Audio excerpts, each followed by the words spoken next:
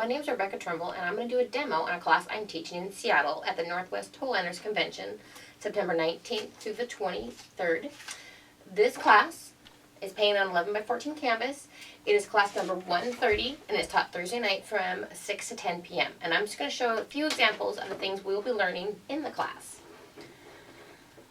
So some of the things we'll be learning, we'll be working with a scumbler brush, which is a domed bristle brush.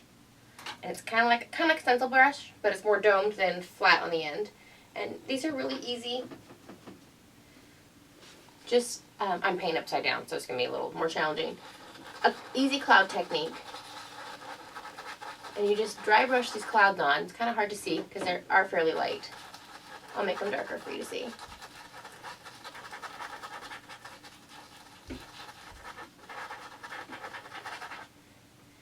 You can start to see it. And then you let it dry, and then you go into a whiter white. That was a lighter, more of a light buttermilk before. And then you can start highlighting them with some true titanium white. And there, you can see soft clouds are being made. And I did mention this is an acrylic class. So it's a 4-hour acrylic class, and you'll finish the painting on an 11 by 14 canvas, one that is ready to be framed and hung on your wall. So that's one of the techniques we'll be working on, cloud structures. And now there are a few trees. The trees will be a couple different layers, so I'll be working 2 at a time, waiting for one to dry before I start on the next. So we'll do, let's see if I can see. This tree next, okay, so the tree next to the red house, a little small fluffy thing, that's with a sponge brush. Or I'm sorry, just a sponge, a sea sponge. So you have a wet sea sponge. So regular sea sponge. Let me show you my palette. And you're going to take your wet sea sponge in a light color. So I'm just going to dip it in a light green.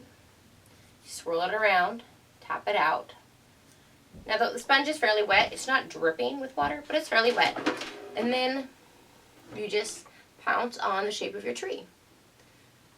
And you let that dry before you go to the next layer. And it makes a nice airy tree. You can barely see that, but you can see it a bit. And then while that dries, we'll go to this one, which are these cone-shaped tree in the center of the painting. And those I use a deerfoot brush on. So you just get your deerfoot brush. I'm starting to tap it in a dark green, so I just take my palette, my messy palette, some dark green, tap it on your brush, that's it. And all you do is pounce on the shape of the tree. Let's see, put one right here for you.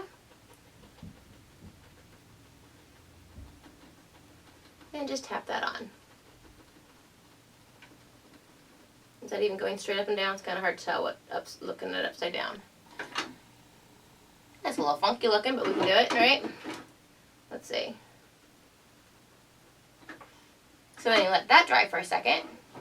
And this has dried, so we can go back and take my, I just put my sea sponge just right back in the bucket of water, let it sit. I'm wringing it out.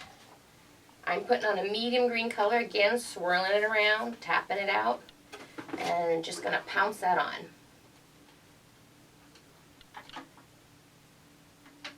And each time you go darker, you add less color, but you can start to see more of the tree.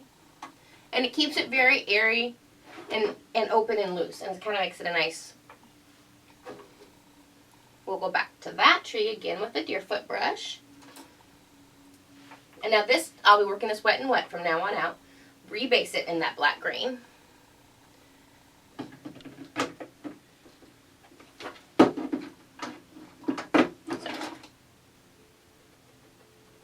So I'm just rebasing it in the same dark green, tapping it off with your foot. Let me show you how I load my brush real quick. I'm not rinsing it, I'm not wiping it. I'm taking my dirty brush into a medium green and tapping on my palette to work both colors in. So the darker green and the lighter green. And then I have my light source coming from there. So I'm going to work on the top. Well, I'm upside down, so top left, but I don't know if that is the same for what you're looking at. And you just start highlighting it. Really hard to see at first, I know. So I'll try it. And so I'm going to go back to that exact same color, make it a little bit lighter. Get some more highlights going on there. all we're doing is tapping on lighter colors to get these highlights. And then I'm going to load it into my lightest green real quick. Tapping the palette.